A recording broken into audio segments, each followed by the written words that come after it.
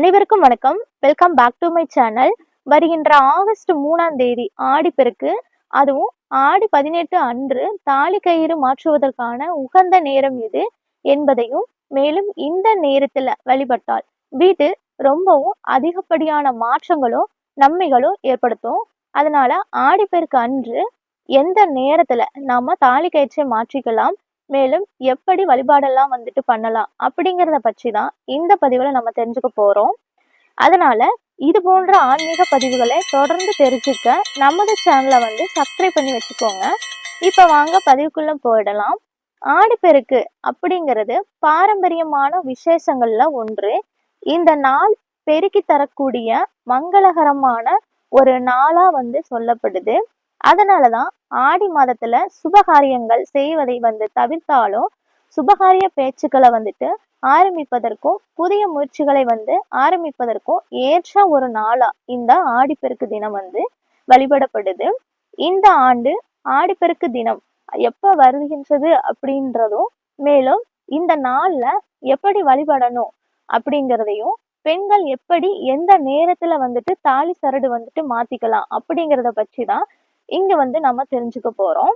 ஆடி மாதத்துல வரக்கூடிய ரொம்பவும் முக்கியமான விசேஷமான நாட்கள்ல ஒன்றுதான் இந்த ஆடிப்பெருக்கு. ஆடி மாதத்தோட 18ஆம் நாள் தான் ஆடிப்பெருக்கு. அப்படி இல்லைன்னா ஆடி 18ஆம் பெருக்கு அப்படின்னு சொல்லி அழைப்போம்.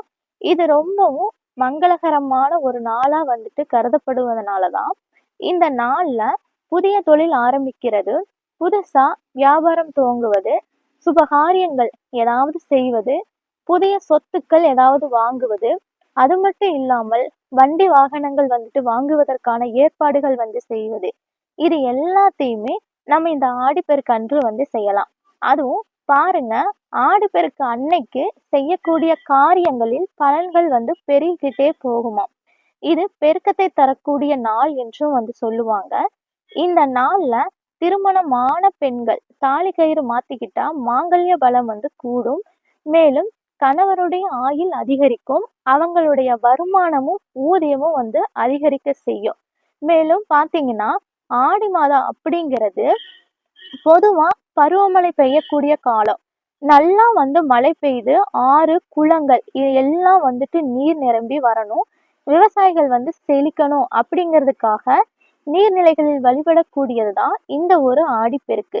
அதே போலதாங்க மக்கள் நீர்நிலைகளில் கூடி படையல் போட்டு நீர்நிலைகளுக்கு நன்றி தெரிவிக்கக்கூடிய நாள். அதுவும் காவிரி தாயை வரவேற்று நன்றி செலுத்தக்கூடிய ஒரு நாளாகவும் இந்த ஆடிப்பெருக்கு இருக்கின்றது. இயற்கையை வழிபடக்கூடிய பழக்கம் நம்முடைய பண்டைய காலத்தில் இருந்து இன்று வரை நடைமுறையில இருந்து வருகின்றது. நீர்நிலைகள், நதிகள், குறிப்பா நம்ம வீட்டுல இருக்கக்கூடிய தண்ணீர், குடிக்கக்கூடிய தண்ணீர்ல ஆரம்பிச்சு நம்ம எல்லா விஷயங்களுக்கும் உபயோகப்படுத்தக்கூடிய தண்ணீருக்கு நன்றி செலுத்தக்கூடிய நாளும் தான் இந்த ஆடிப்பெருக்கு நாள். நமக்கு இந்த வருஷம் ஆடிப்பெருக்கு ஆகஸ்ட் 3ஆம் தேதி திங்கட்கிழமை என்று வருகின்றது. அதிலும் பாருங்க, அன்று பஞ்சமி திதியும் உத்திரட்டாதி நட்சத்திரமும் சேர்ந்து வரக்கூடிய இந்த வருஷம் ஆடிப்பெருக்கு என்று ரொம்பவுமே விசேஷம். பஞ்சமி அப்படிங்கிறது தீமைகளை நமக்கு அழித்து நன்மைகளையும் வெற்றியையும் தரக்கூடிய வாராகி அம்மனை வழிபடக்கூடிய ஒரு அற்புதமான ஒரு நாள். அதே போன்று 26வது நட்சத்திரமாக வரக்கூடிய உத்திரட்டாதி நட்சத்திரமும் திருமணம், வளைகாப்பு நடத்துவதற்கு, ஆடைகள், நகைகள் வாங்குவதற்கு, மேலும் புதிய விஷயங்களை துவங்குவதற்கு ஏற்ற ஒரு நாளும் கூட தான். தாலிக்கு பொன் உருக்குதல் இந்த நாள்ல செய்யறது என்பது ரொம்பவும் விசேஷம்.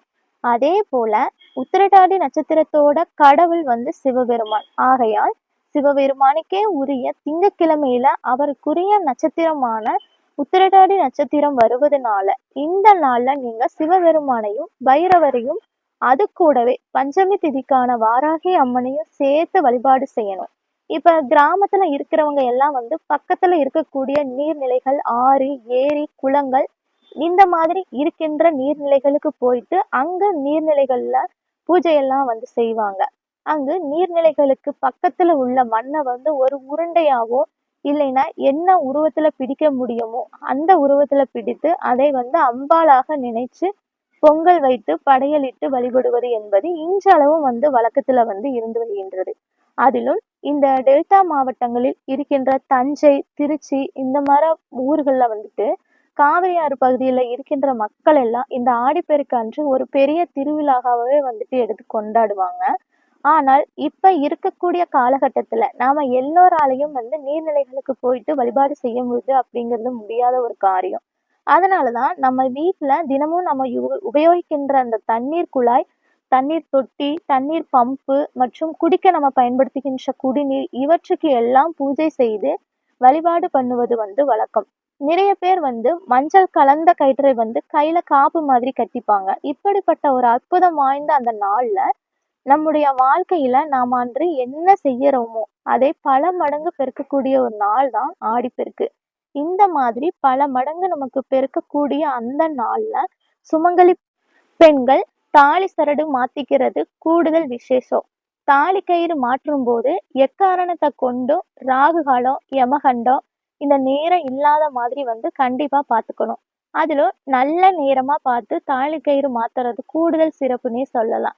இந்த வருஷம் நமக்கு ஆகஸ்ட் 3ஆம் தேதி திங்கட்கிழமையில ஆடிப்பெருக்கு வந்திருக்கிறதுனால அன்று திங்கட்கிழமை காலையில பாத்தீங்கன்னா 7:30 இருந்து 9 மணி வரைக்கும் ராகு காலம் இருக்குது.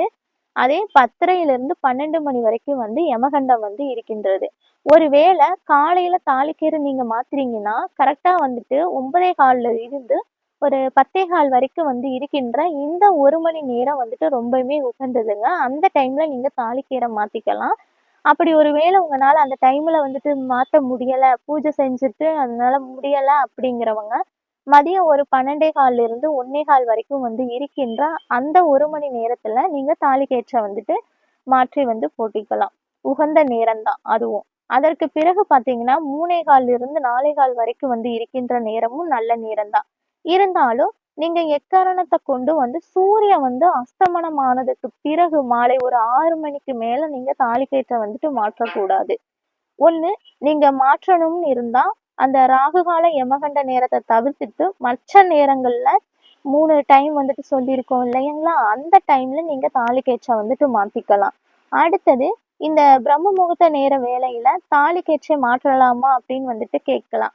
கண்டிப்பாக நீங்க 100% அந்த டைம்ல மாற்றலாம். ஏன்னா பிரம்ம முகூர்த்த வேலை அப்படிங்கிறது ரொம்பவுமே ஒரு அற்புதமான ஒரு நேரம். எல்லோராலையும் அதிகாலையில ஒரு 4:30 மணில இருந்து 5:30 மணி வரை இருக்கின்ற அந்த 1 மணி நேரத்துல எழுந்து குளிச்சுட்டு பூஜையை முடிச்சுட்டு அதற்கு பிறகு நீங்க தாலிக்கயிற்றை மாற்ற முடியாதுன்னு இருப்பாங்க. முடிந்தால் ஒரு 6:30 மணிக்குள்ள நீங்க அந்த தாலிக்கயிற்றை மாற்றிக்கோங்க. ஏன்னா 7:30 மணிக்கு மேலதான் நமக்கு ராகு காலம் ஆரம்பிக்குது. அதற்கு உங்க வீட்டோட பூஜை அறையில நீங்க தாலிக்கயிற்றை எல்லா சுவாமி படங்களும் இருக்கும் இல்லைங்களா, அங்க அந்த முன்னாடி பாதத்துல வச்சு எடுத்து தாலிக்கயிற்றை வச்சிடுங்க. அதற்கு பிறகு நீங்க தாலிக்கயிற்றை மாத்திக்கணும். இப்போ பழைய அந்த மாத்தின கயிற்றெல்லாம் எடுத்துட்டு நீங்க குப்பையில போடுற மாதிரி இல்லாம எங்கேயாவது செடி கொடிகள் இருந்துச்சுன்னா அதற்கு கீழேயோ கால்படாத இடத்துல போட்டுடணும். நீங்க குப்பை தொட்டியில எல்லாம் போடுறத நீங்க அதை முற்றிலும் தவிர்த்துடுங்க. அதுவும் வீட்டுல கணவர் இருந்தால் அவங்க கையாலேயே தாலிக்கயிற்றை மாத்திக்கலாம். நீங்க எல்லாம் நூல் எல்லாத்தையும் கோர்த்து வச்சுட்டு அதுக்கப்புறம் அவங்க கையால கொடுத்து நீங்க போட்டுக்கலாம். இல்லைன்னா உங்க அம்மா அப்பா அவங்க இருந்தாங்கன்னா அவங்களோட கால்கள்ல விழுந்து ஆசீர்வாதம் வாங்கி தாலிக்கயிற்றை நீங்க அவங்க கையால உங்க கழுத்துல போட்டுக்கலாம். அப்படியும் இல்லைன்னா நீங்க கோவில்களுக்கு போனீங்கன்னா அங்க பெரியவங்க இருப்பாங்க. அவங்க கிட்ட ஆசீர்வாதம் வாங்கிட்டு அவங்க கையால அந்த தாலிக்கயிற்றை நீங்க போட்டுக்கலாம். இதுதாங்க ஆடிப்பெருக்கு அன்று தாலிக்கயிற்றை மாற்றுவதற்கான ஒரு அற்புதமான வழிமுறை மற்றும் மாற்றுவதற்கான நேரம்.